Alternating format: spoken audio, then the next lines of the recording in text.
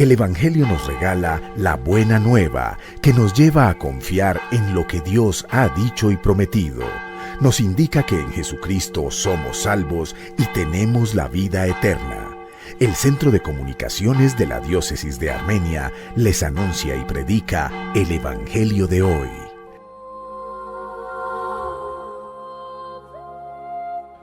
Viernes 28 de mayo. Del libro del Eclesiástico. Hagamos el elogio de los hombres de bien, de la serie de nuestros antepasados. Hay quienes no dejaron recuerdo y acabaron al acabar su vida. Fueron como si no hubieran sido, y lo mismo sus hijos tras ellos. No así los hombres de bien, su esperanza no se acabó, sus bienes perduran en su descendencia, su heredad pasa de hijos a nietos, sus hijos siguen fieles a la alianza y también sus nietos gracias a ellos. Su recuerdo dura por siempre, su caridad no se olvidará. Palabra de Dios. Te alabamos, Señor. El Señor ama a su pueblo. Cantad al Señor un cántico nuevo. Resuene su alabanza en la asamblea de los fieles. Que se alegre Israel por su Creador, los hijos de Sión por su Rey. El Señor ama a su pueblo. Alabad su nombre con danzas. Cantadle con tambores y cítaras. Porque el Señor ama a su pueblo y adorna con la victoria a los humildes. El Señor ama a su pueblo. Que los fieles festejen su gloria y canten jubilosos en filas. Con vítores a Dios en la boca, es un honor para todos sus fieles. El Señor ama a su pueblo. Anuncio del Santo Evangelio según San Marcos. Después que la muchedumbre lo hubo aclamado, entró Jesús en Jerusalén, derecho hasta el templo, lo estuvo observando todo, y como era ya tarde, se marchó a Betania con los 12. Al día siguiente, cuando salió de Betania, sintió hambre. Vio de lejos una higuera con hojas y se acercó para ver si encontraba algo. Al llegar no encontró más que hojas, porque no era tiempo de higos. Entonces le dijo: nunca jamás coma nadie de ti. Los discípulos lo oyeron. Llegaron a Jerusalén, entró en el templo y se puso a echar a los que traficaban, volcando las mesas de los cambistas y los puestos de los que vendían palomas. Y no consentía a nadie transportar objetos por el templo. Y los instruía diciendo: ¿no está escrito, mi casa se llamará casa de oración para todos los pueblos? Ustedes en cambio la han convertido en cueva de bandidos. Se enteraron los sumos sacerdotes y escribas, y como le tenían miedo porque todo el mundo estaba asombrado por su doctrina, buscaban una manera para acabar con él. Cuando atardeció, salieron de la ciudad. A la mañana siguiente, al pasar, vieron la higuera seca de raíz. Pedro cayó en la cuenta y dijo a Jesús: Maestro, mira, la higuera que maldijiste se ha secado.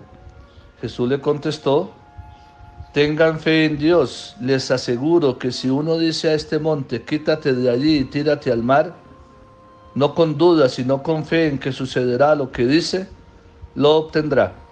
Por eso les digo, cualquier cosa que pidan en la oración, crean que se les ha concedido y la obtendrán. Y cuando se pongan a orar, perdonen lo que tengan contra otros, para que también su Padre del cielo les perdone sus culpas. Palabra del Señor.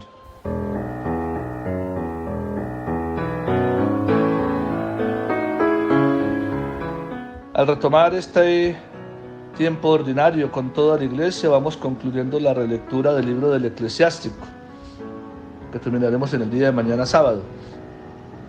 Hoy leímos una parte del capítulo 44, donde hace el autor un elogio a los hombres de bien, afirmando cómo aquellos que han agradado a Dios, aquellos que han cumplido la voluntad de Dios, su recuerdo será perpetuo. Y también lo contrario, aquellos que no hicieron nada por negligencia o dejan un legado turbio de sufrimiento, de dolor, no serán recordados. Este es un buen examen de conciencia para todos. Pensemos cada uno, si hoy o mañana fuéramos llamados por el Señor en el trance de la muerte hacia el cielo y la eternidad, pensemos qué recordarían de nosotros. Hemos dejado un legado positivo de fe, de valores sembrado en nuestras futuras generaciones. O a veces por negligencia, por omisión, pues sentimos como que no hemos dejado nada a los demás. Mientras haya vida hay ocasión de hacerlo, por eso que nuestra práctica del bien sea una forma de sembrar para que más adelante otros puedan cosechar. En el texto del Evangelio estamos en el capítulo 11 de San Marcos, un temas muy variados dentro del texto. Comienza primero con aquella realidad de la higuera, que puede cuestionarnos. Jesús tiene hambre, alarga la mano para coger higos, no encuentra nada. Dice el evangelista, no era tiempo de cosecha de higos, no era tiempo de higos. Y el Señor maldice aquella higuera y luego se seca. Y uno dice, pero ¿por qué? No es como injusto, si no era tiempo de higos, ¿por qué le va a exigir higos si no era el tiempo? Sin embargo, en términos espirituales y en campo abierto, tenemos que darnos cuenta que al momento que Dios llegue a mi vida para reclamarme frutos, no lo puedo poner a esperar, tengo que tener los frutos reservados para ir a su encuentro. Por eso todo tiempo, cada jornada, cada realidad diaria es ocasión para dar fruto. No podemos pasar la vida en esterilidad, esperando dar frutos después o viviendo con las rentas de los frutos del ayer. Es hoy, cada jornada, una ocasión para fructificar. Segundo, está aquella realidad del celo de Jesús por el templo, como aquellos medios que habían favorecido el culto, como era poder vender animales en el atrio de entrada del templo, para que los peregrinos no tuvieran que cargarse ovejas o palomas de kilómetros y kilómetros, sino que al llegar al templo pudiesen comprar los animales y luego entrar a sacrificar. Igualmente los cambistas de monedas, como en el templo de Jerusalén solamente circulaba moneda sagrada, pues era obvio que al llegar había lugares para cambiar ese dinero profano en dinero sagrado.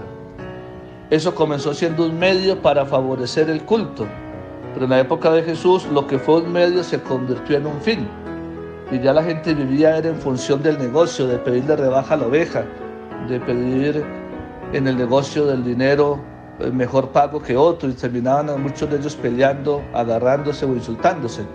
Entonces llega Jesús y los expulsa a todos por el celo de la casa del Padre. Dice el texto, solamente lo apunta el evangelista Marcos, que no permitía ni siquiera que transportaran cosas dentro del templo. Cuando se está en oración, es en oración. Que nada distraiga el encuentro personal de Yahvé con su pueblo. ¿Cuánto hay que aprender de esta actitud de Jesús en nuestra práctica espiritual cristiana y católica? ¿Cuánto tenemos que recuperar el sentido sagrado de nuestros templos? Nuestros templos no son salones grandes para reunir gente. Yo no puedo convertir el templo en un salón de eventos ni siquiera para recolectar fondos para la parroquia. El templo no es para hacer reuniones políticas, el templo no es para hacer grados de colegio, el templo es para la oración. Y por eso tenemos que recuperar ese sentido sagrado que tienen los templos, casa de oración, casa de silencio, donde yo pueda favorecer con mi actitud la oración del que tengo al lado. Por eso en muchos lugares te reservan el derecho de admisión, lo mismo sucede en la Iglesia Católica. Nuestro derecho de admisión es que quien entra a un templo debe estar bautizado y sabe que entra al templo para orar. No entra a charlar, no entra a jugar, no entra a mandar mensajes por su celular, no entra a distraer a otros, entra a orar. Y a la nueva generación de niños y jovencitos hay que formarlos también en eso, que es un lugar diferente al parque, diferente a la esquina, es el lugar de encuentro con Dios. Y en eso tenemos todos que ser un poco más exigentes. Y la tercera enseñanza del Evangelio es el fruto de la oración. Pidan al Padre con fe y confianza y obtendrán lo que pidan. Cuando oramos no es por si Dios existe, no es por si Dios es bueno. Oramos con la certeza que Dios está allí y nos concede lo mejor en el tiempo oportuno.